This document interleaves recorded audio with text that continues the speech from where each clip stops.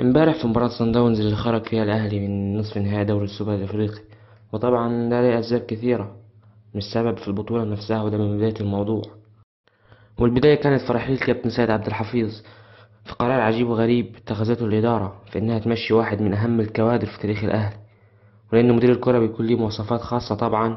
وطبعا مش بلوم على كابتن خالد بيبو مدير الكرة الحالي، لأنه بالتحديد ما عندوش المقومات اللي تخليه مدير الكرة. وعايزك تشوف معايا في الكرة دي ساعة ركلة الجزاء اللي تاو التي لم تحتسب، وشوف مين بيعترض، وشوف خالد بيبو فين. بالتحديد اللعيبة كهربا ومصطفى شوبير وكريم الدبيس وغيره بيعترضوا، خالد بيبو واقف بعيد. طبعا كنا بنشوف كابتن سيد ازاي بيتكلم مع الحكام وبيدافع عن حقوق النادي الاهلي.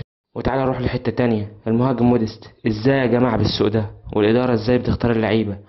هتقول الكولر اللي مقتنع بيه، هقولك ان الإدارة لازم يكون لها قرار، وتقول له ان اي لاعب جاي من اوروبا يا اما هيكون بطة بلدي بالمعنى الحرفي ومشطب كورة، يا اما هيكون كبير جدا. لو حبيت تجيب مهاجم سوبر لازم تدفع مبالغ خرافية. هو طبعا مش هيسيب الخليج ويجي للنادي الاهلي، لان بالتحديد عمر ما النادي الاهلي هيدفع مبالغ ضخمة زي لما تدفع في الخليج. ولازم يكون مهاجم سوبر افريقي بيعرف يتعامل مع المباريات اللي زي دي. وما نستخسرش يا جماعة بالله عليكم في اننا ندفع فلوس في مهاجم سوبر. ورأي كابتن سيد عبد الحفيظ قال إن استمرار موديس ما هو إلا مضيعة للوقت. وطبعا لازم نبدأ بحث عن مهاجم في يناير، ومهاجم سوبر بمعنى الكلمة مهما كان إيه الرقم اللي هيدفع. ونيجي لنقطة تانية، الأهلي خلال شهرين خسر بطولتين قارتين، إيه الأسباب؟ كولر السنة اللي فاتت كان خسر من سان داونز، بعد كده رجع صحح المسار وحقق كل شيء. وبالتحديد في البطولة دي كولر في مباراة سيمبا وسان داونز اللي فاتت في جنوب أفريقيا كان بيعمل حاجات كتيرة خطأ، خصوصا التغييرات. طبعا مفيش حد فوق النقد، ولازم ننتقد عشان المدرب يفوق ويصحح الأخطاء اللي بيعملها دي.